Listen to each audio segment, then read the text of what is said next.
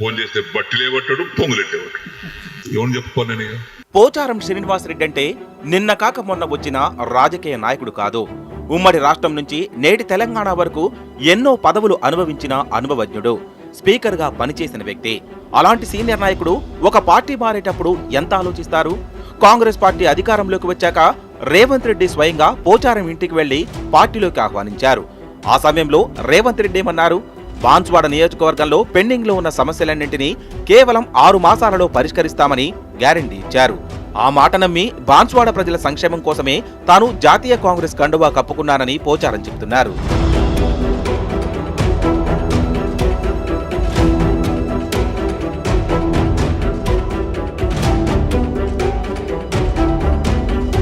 కానీ 6 నెలలు కాదు కదా, నెలలు గడుస్తున్న పరిస్థితి ఎక్కడ వేసిన గొంగళి అక్కడే ఉంది.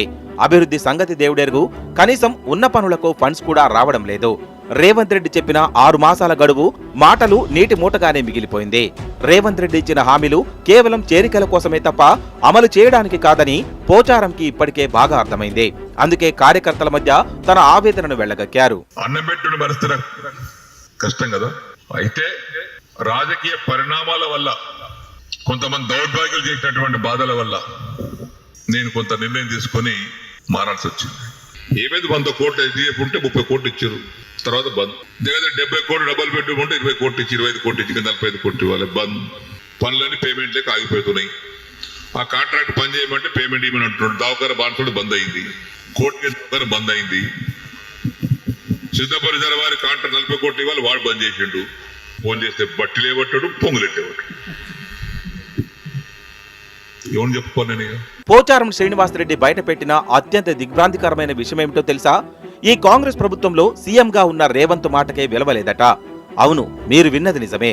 ముఖ్యమంత్రి రేవంత్ రెడ్డి స్వయంగా మంత్రులకు ఆదేశాలిచ్చినా ఫలానా నియోజకవర్గానికి నిధులు మంజూరు చేయండని స్వయంగా సీఎం చెప్పినా మంత్రులు ఆ మాటలను అసలు పట్టించుకోవడం లేదట.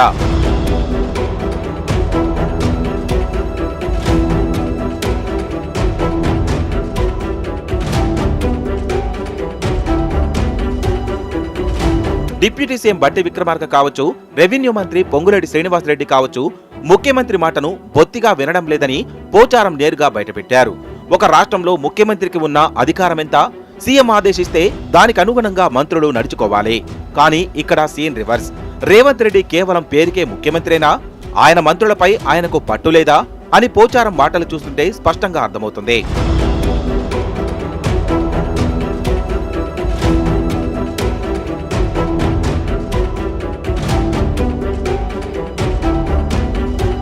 సీఎం స్వయంగా చెప్పినా మంత్రులు ఫండ్స్ విడుదల చేయలేదంటే ఈ కాంగ్రెస్ ప్రభుత్వంలో అసలు సమన్వయం ఉందా? లేక ఒక్కొక్కరు ఒక రాజ్యాంగం నడుపుతున్నారా? రేవంత్ మాట చెల్లుబాటు కాకపోవడమే ఈ ప్రభుత్వ వైఫల్యానికి అతిపెద్ద ఉదాహరణ. ఇక పోచారం శ్రీనివాసరెడ్డి చెప్పిన మరో చేదు నిజం నాయకుల ఫోన్ కాల్ సంస్కృతి. సీఎంకి అత్యంత ఆప్తుడు, సలహాదారైన వేం నరేందర్ రెడ్డికి స్వయంగా ముఖ్యమంత్రి రేవంత్ రెడ్డి చెప్పారంట పోచారం నియోజకవర్గ పనుల గురించి చూడమని. కానీ వేం నరేందర్ రెడ్డి ఏం చేశారో తెలుసా? పోచారం స్వయంగా 50 సార్లు ఫోన్ చేసినా కనీసం ఆ ఫోన్ అటెండ్ చేయడానికి కూడా ఆయనకు తీరిక లేదట. ఒక్కసారి ఆలోచించండి. ఒక మాజీ స్పీకర్, వయోవృద్ధుడు, ప్రస్తుత ఎమ్మెల్యే 50 సార్లు ఫోన్ చేస్తే ఎత్తకపోవడం ఏ రకమైన సంస్కృతి? ఇది కేవలం పోచారంకి జరిగిన అవమానం కాదు, బాన్స్వాడ ప్రజలకు జరిగిన అవమానం. పనులన్నీ పేమెంట్ లేక ఆగిపోతున్నాయి. ఆ కాంట్రాక్ట్ పని చేయమంటే పేమెంట్ ఇవ్వమని అంటున్నాడు. దావకార బాన్సుడు బంద్ అయింది, కోర్టు బంద్ అయింది. సిద్ధపరి వారి కాంట్రాక్ట్ 40 కోట్లు ఇవ్వాలి, వాడు బంద్ చేసిండు. ఫోన్ చేస్తే బట్టిలేవట్టాడు, పొంగులెట్టేవాడు. ఎవరు చెప్పుకోను నేను. మంత్రులకు, అధికారులకు, సీఎం సలహాదారులకు ఎన్నిసార్లు ఫోన్ చేసినా లిఫ్ట్ చేయరంట. కాంగ్రెస్ పాలనలో ప్రజాప్రతినిధుల పరిస్థితి ఇలా ఉంటే ఇక సామాన్య ప్రజల పరిస్థితి ఏంటి? ప్రజల సమస్యలు వినే తీరిక ఈ నాయకులకు లేదా? సీఎం చెప్పినా సరే సలహాదారులు పట్టించుకోకపోవడం రేవంత్ రెడ్డి నిరర్ధక పాలనకు, చేతగానితనానికి అద్దం పడుతోంది. ఓ 4 నెలల కిందట కూడా అర్ధరాత్రి ఆపదలో మంత్రులకు ఫోన్ చేస్తే పోచారం ఫోన్కు మంత్రులు రియాక్ట్ కాలేదు. ఆ రాత్రి సమయంలో దోమలు కుడుతున్న మంత్రుల తీరును తలుచుకొని తెగ బాధపడిపోయారు పోచారం.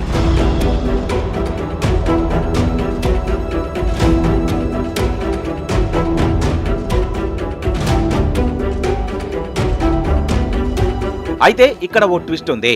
గతంలో ఓటుకు నోటు కేసులో రేవంత్ రెడ్డి హ్యాండెడ్ గా దొరికిపోయారు. పదవులను బేరాలు వేసే దొంగలాంటి వ్యక్తికి తాము ఎందుకు విలువ ఇవ్వాలని మిగతా వారు ఉన్నారని తెలుస్తోంది. అంతేకాదు అసలైన కాంగ్రెస్ లీడర్లను రేవంత్ వర్గం తొక్కిపెడుతోందని, అందుకే రేవంత్ రెడ్డి హిట్లర్ విధానాలు కొందరు మంత్రులు వ్యతిరేకిస్తున్నారని పొలిటికల్ సర్కిల్స్ లో ప్రచారం జరుగుతోంది.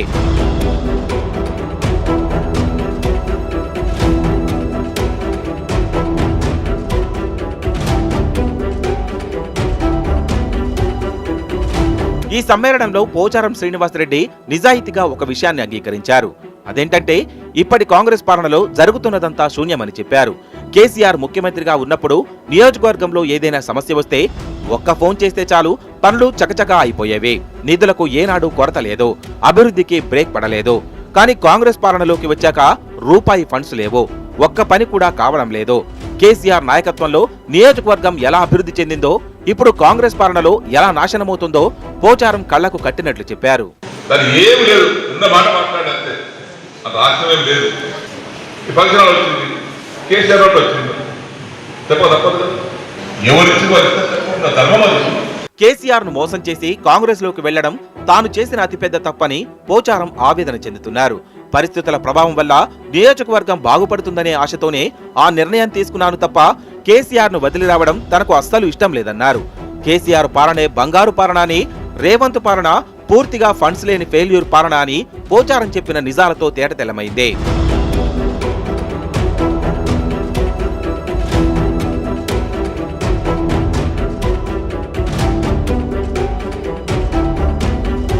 పోచారం శ్రీనివాసరెడ్డి చేసిన ఈ కామెంట్స్ సాధారణమైనవి కావు.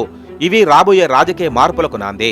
రేవంత్ రెడ్డి పాలన పూర్తిగా వేస్ట్ అయిపోయిందని, ప్రభుత్వంలో నిధులు లేక పనులు ఆగిపోయాయని, మంత్రులు సీఎం మాట వినడం లేదని స్వయంగా అధికార పక్షంలో ఉన్న ఎమ్మెల్యేనే చెప్తున్నారు. దీని అర్థమేంటి? రాబోయే రోజుల్లో కాంగ్రెస్ పార్టీ దారుణంగా ఓడిపోవడం ఖాయం. ప్రజల్లో మాత్రమే కాదు, కాంగ్రెస్ లోకి వచ్చిన నాయకుల్లో కూడా తీవ్ర అసంతృప్తి రగులుతోంది. పోచారం శ్రీనివాసరెడ్డి సరైన సమయం చూసుకొని మళ్లీ బీఆర్ఎస్ గూటికి చేరడానికి రంగం సిద్ధం చేసుకుంటున్నారని ఆయన మాటలు స్పష్టంగా చెప్తున్నాయి. చూడాలి మరి రాబోయే రోజుల్లో ఇంకెంతమంది నాయకులు కాంగ్రెస్ కు గుడ్ బై చెప్తారో.